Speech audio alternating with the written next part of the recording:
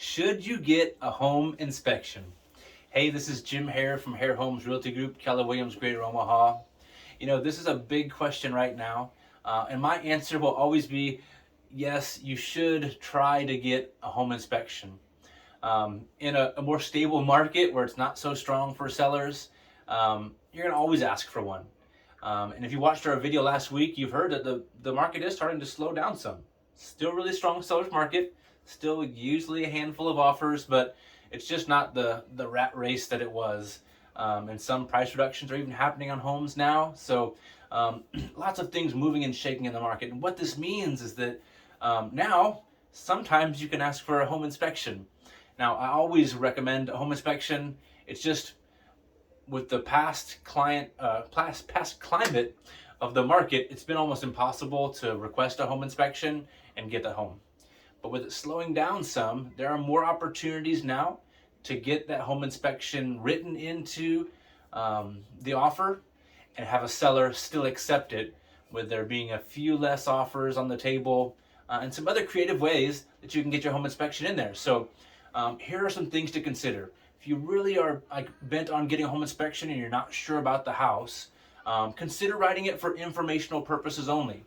This tells the seller, hey, look, I'm not going to ask for any repairs. I just want to make sure it's a good home.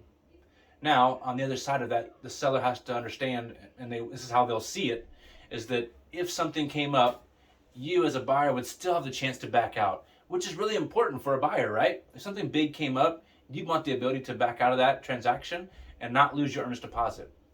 But in a seller's mind, what that means is the chance that you may go back out if you have cold feet, because really it's written in such a way you could back out for about anything. So sellers will be a little bit concerned, and they know it's still kind of a strong market for sellers. So that's something to consider. Informational purposes only, but it's still going to be not as clean of an offer as you can make in a seller's mind with the market being the way it is still. So consider that at least one option. Another thing you can do is you can write the home inspection in and then have it written so that you will match the best competing offers terms of home inspection. So that way, if the next, if you're up there with the highest offers and you're competing and it's really, really close, if they're asking for one, you want the ability to ask for that too. You don't want to say no to a home inspection if they're asking for one and you want to have maybe a little bit more money in your offer.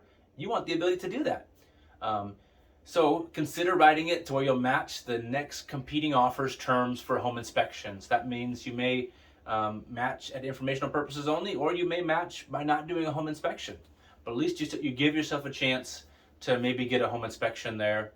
The caveat I'll give to that is not every agent is very detailed in reading the offers. And if there's a handful of offers on the table, sometimes they're just glancing quickly through them and they don't read them as clearly and don't communicate the details as clearly as they need to their clients. So again, the more things that we add into a contract, the less clean it is and the lower chance it is of getting the house. So cleanest offer is always the best chance of getting accepted, but you have to weigh that against trying to protect yourself and trying to still get the home. One other thing I'll share with you is to consider, two more things. Have a trusted professional. There are home inspectors out there that just want to make more money and will pretend to save you from a bad house, say that the roof is horrible, say that the foundation is horrible, just so that they can seem like the good guy and then have you pay for another inspection on the next property. Guys, I've seen it done. I know of other agents have had it happen. I was in a listing once where an inspector came in and told that my seller's roof was trash. They said it needed a whole new roof, and I thought, oh goodness, we didn't know that. Let's bring a roofing professional in. We got a professional that was agreed upon by the buyers and my sellers, came in and said the roof was just fine.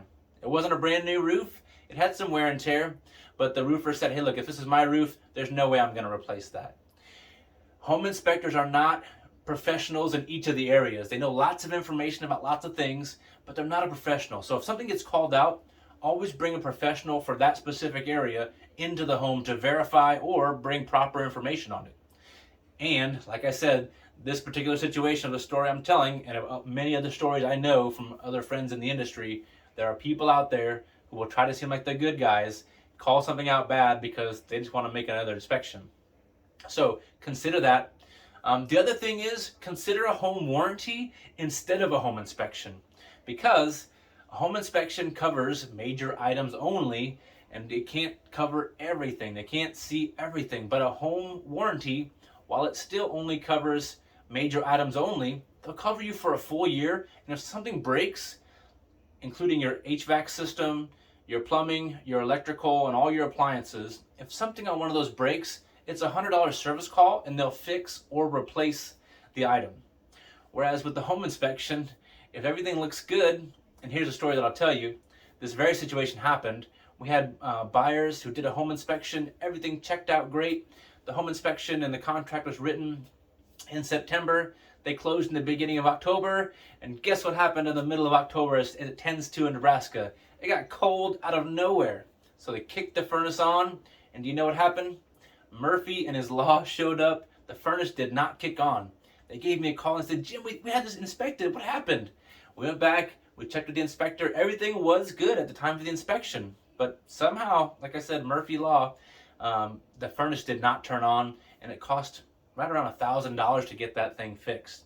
Whereas, if they would have had a home warranty instead, they cost about the same price, but they'll cover you for a year, and it's only $100, give or take, for a service call, depending on who you choose, to get them to come in and fix or replace the entire unit if needed.